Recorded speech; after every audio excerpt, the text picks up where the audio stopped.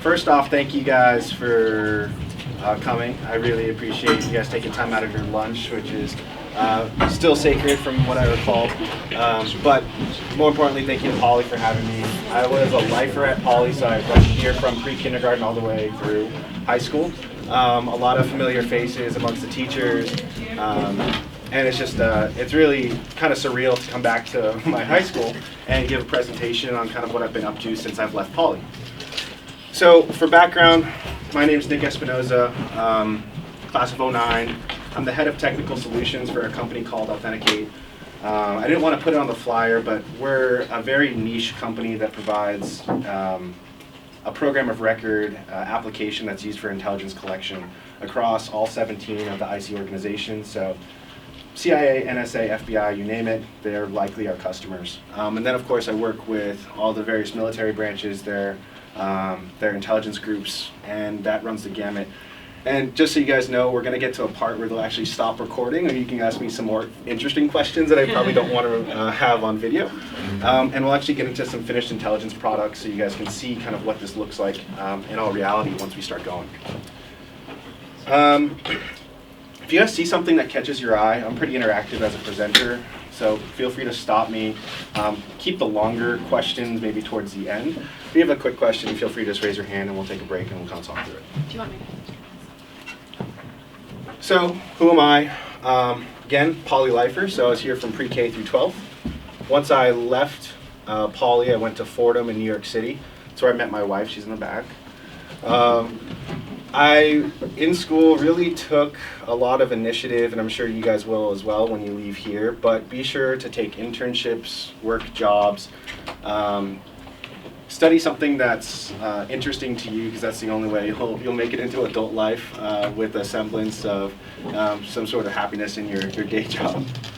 So once I left Fordham, I went to Washington, D.C. to pursue work, and I've made a career out of working in the intelligence community, either directly or with what are called In-Q-Tel companies. So if you guys are interested, there's this organization called In-Q-Tel. It's basically the intelligence community's venture capital firm. So the US government pools money. This venture capital firm will basically invest it into companies that have some sort of intelligence application and help build their products out. So I've worked for companies like Palantir, which is a great network and link analysis company, to Recorded Future, which is the largest data aggregator in the world beyond the government itself. A company called Authenticate, where I'm at now, which allows for safe and secure collection of publicly available information.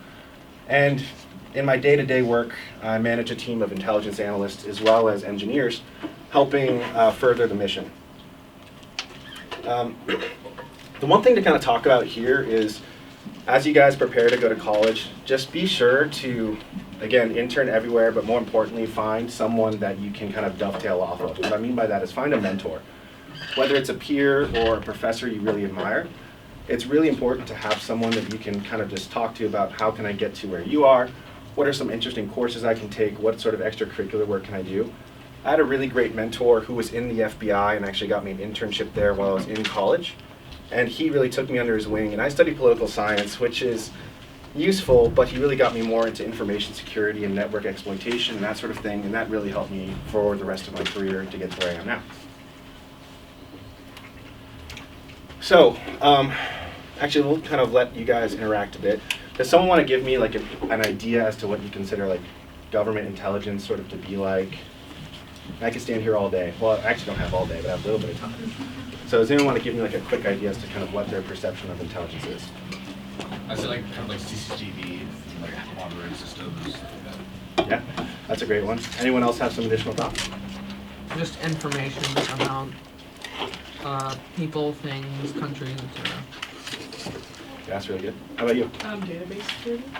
Yeah, that certainly plays part in it. So you guys are all kind of hitting it on the head in some way. But basically, intelligence is information, and that ranges, and we'll kind of talk about different forms of hints, but it's basically information that's been collected, processed, analyzed, and exploited to ensure decision advantage. And decision advantage is basically any sort of business, military, or economic advantage that can ensure global dominance, and in this case, U.S. superiority. And this could be at a very high level, like strategic levels. So for example, just ensuring that our economy is a powerhouse, or it could be at the tactical level. If someone's going to go raid a house, where do we know all the doors are? Where are the tunnels? What sort of cell phones are out there? How many folks are in that? What does their pattern of life look like?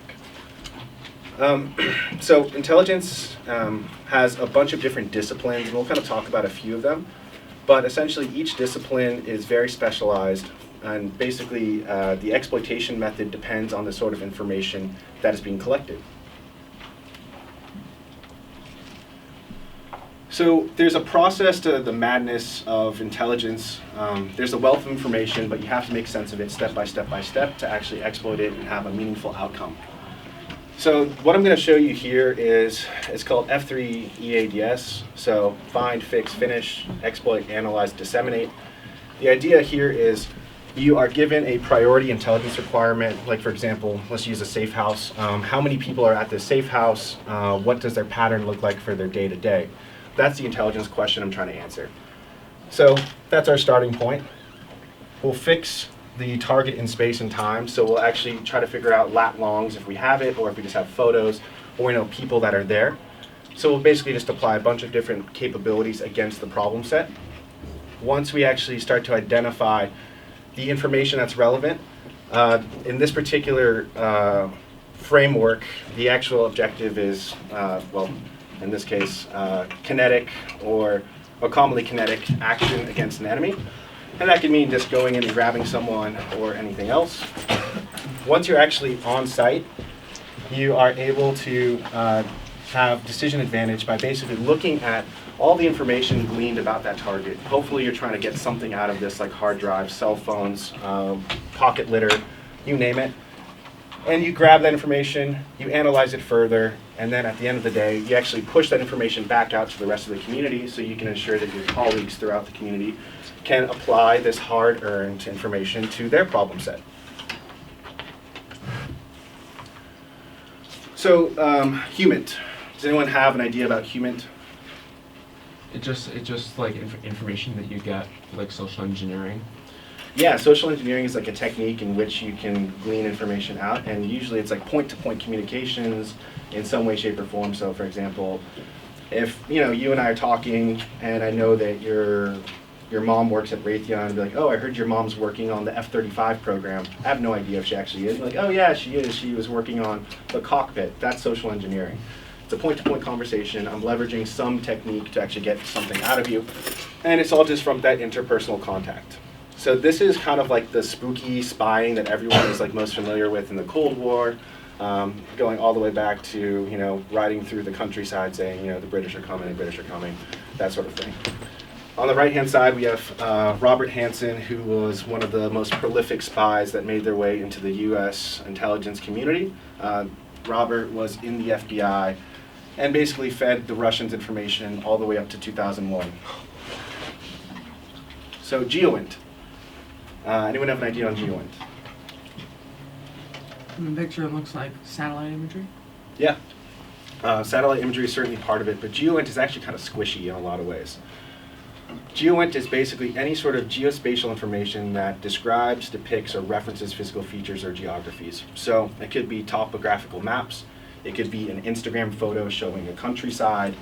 It could be that overhead imagery. It could be something from a drone overhead. But basically anything that roughly describes or interacts with some facet or measurement of the Earth is GeoInt. So, for example, right now we're showing you on the right ground-penetrating radar. So in highly vegetated areas, you can have things go overhead that can actually pierce through the canopy and actually show you what's going on underneath it. So this is just actually an airfield. And SIGINT. Anyone want to try SIGINT? That's just like from like intercepted communications. Sometimes it can also it can also even encompass side channel type. If it's through wireless, there's something where they're able to detect electromagnetic radiation from keyboards. Yeah, certainly. So you're spot on. It's an intercept capabilities, right? Any sort of signal that's emanating, if you can intercept it, that is SIGINT. The most common stuff is kind of point-to-point cell phone calls, microwave radio comms, encrypted communications captured at an ISP, and so on. So one of like the most, I guess, well-known sort of technology supporting SIGINT is something called a Stingray. So basically, law enforcement has taken a liking to this technology called Stingray. What it does is spoof a cell phone tower. So if you guys ever notice, if you're near a secure facility or somewhere and your cell phone goes down from like LTE down to 4G or something, or you're on a call and it drops for a second and brings back up, it's probably because you're driving past a Stingray and they're intercepting your communications.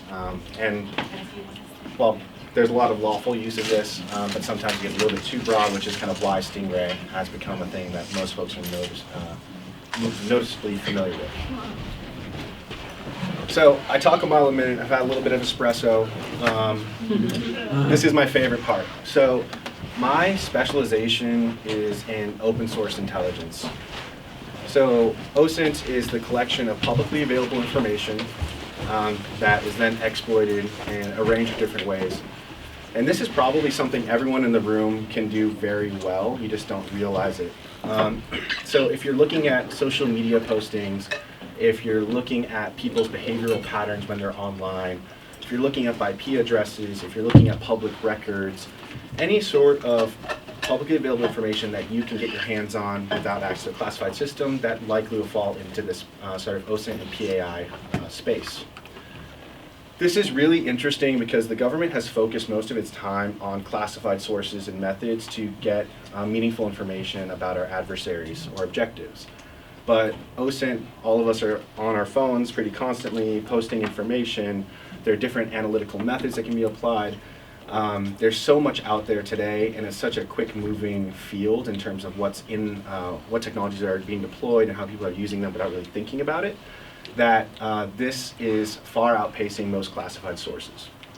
So this is a nice screenshot. So this is, I want to say, a guy in Syria. It's a jihadi from New Zealand who went to Syria, and he actually was tweeting, accidentally left his location on, and posted a tweet, and then everyone was like, oh, and he was soon after killed. So this is just like a very clean example as to like the power of people constantly monitoring communications like this and looking for slip-ups. And speaking of which, we'll actually go through a couple, I think, real-life examples now. Let's see. Yes. So we'll stop recording this